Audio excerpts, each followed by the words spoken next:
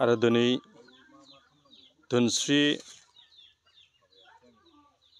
बिटिसिनि जि बिटिआरनि जि समस्ति बिनि सिङाव थानाय गासै मोनबा भिसिडिसिआव बिटिआर सरकारनिफ्राय मानव गेदेर प्रमद बर' बिथां दैदेननाय जि बिटिआर सरकार बिथाङा जि रायजोनो खोथा होनाय बायदि जोंनि समस्तियाव गासै मोनबा नलेज सेन्टार मोनसे बिल्डिं जोंनो लुनो थाखाय सेंसन हरदों आरो बिनि थाखाय आङो गिबियावनो मानव गेदेर प्रमद बर' बिथांनिसिम आङो रायजो राजानि जानाय रोजा रोजा आङो साबायखर हरदों। दिनै जोङो बे समस्तिनि सिङाव फुराबारि भिसिडिसिआव जोङो दाबावैसो मोनसे गायसनखांबाय गिबि खुन्था न' लुनायनि थाखाय आरो दिनै नैबे रौता स्टेसन भिसिडिसिनि सिङाव थानाय 8 नं धोनस्री बे गामियाव जोङो जेरावहायनोखि भिसिडिसि अफिस दं बिनि साखाथियाव जोङो बे नलेज सेन्टारखौ जि फ्लेगशिप जि प्रग्राम बेखौ जोङो लुफुंनायनि जि सेंसन मोनदों जों बेखौ अनुस्थानिक भाबे जों सेरेमनियेल मोनसे खामानि लानानै हाबाफारि लानानै जों बेखौ गायसननो हादों आरो बेजों लोगोसे आरो बरिगाव भिसिडिसिआव दंबावो बेनिफ्राय धोनस्री भिसिडिसिआव दङ बेनिफ्राय राङापानि भिसिडिसिआव दं।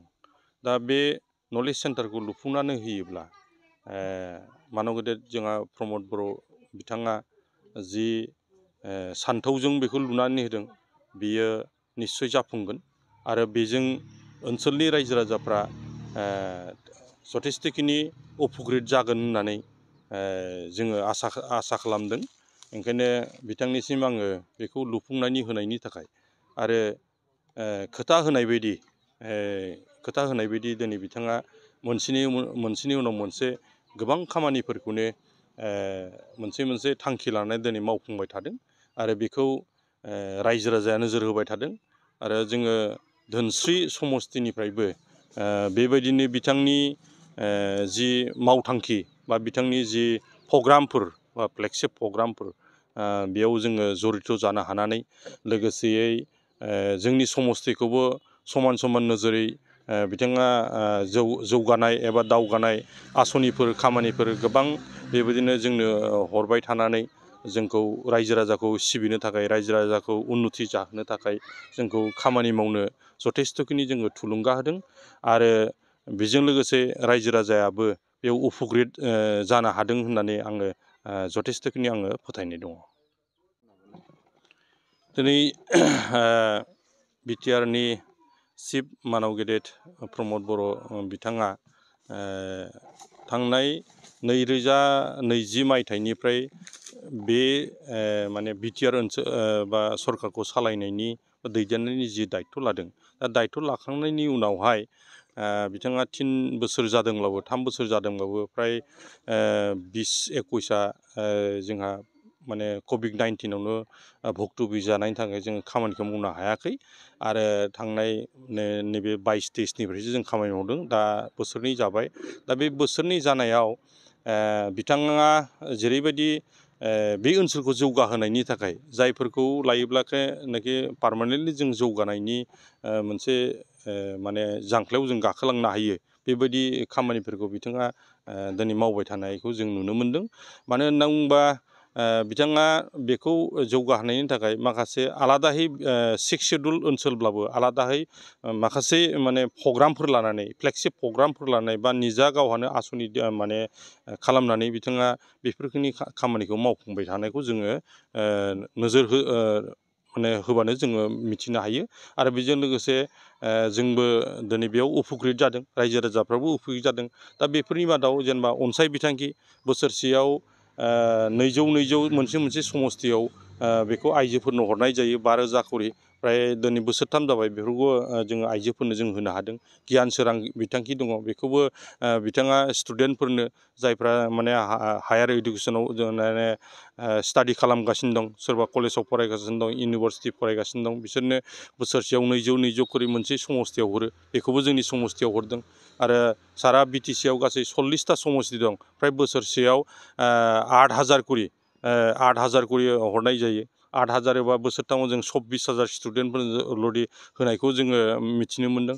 बेजों लोगोसे सुपार 50 खालामनानै बिथाङा मा होनो जायफ्रा हायार एडुकेटेड माने जायफ्रा ग्रेजुवेट जाबाय बिथांमोनखौ माने UPSC APSC बेयाव कम्पिटिसन खालामनो थाखाय कमप्लिट खालामनो थाखाय बा इन्ट्रेन्स एग्जाम होनो थाखाय जि थांखिजों बिथाङा मा होनो कचिं होनायनि जि बेब'स्था लादोंमोन बेखौबो ओमफ्राय जाफुंनायखौ जों नुनो मोन्दों। गोबां स्टुडेन्टफ्रा फ्राय पास जानानै दिनै साख्रि बाख्रि मोननायनि लामाथिं दिनै आवगायलांगासिनो दं।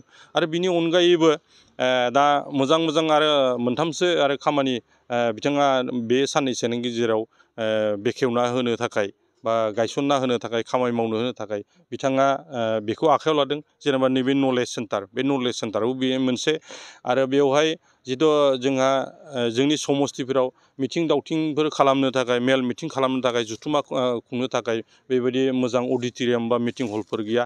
दा बेखौबो बे साननैसोनि गेजेरावनो बिथाङा मोनफ्रोमबो माने समस्तिनि सिङाव गासै 40टा समस्ति दं।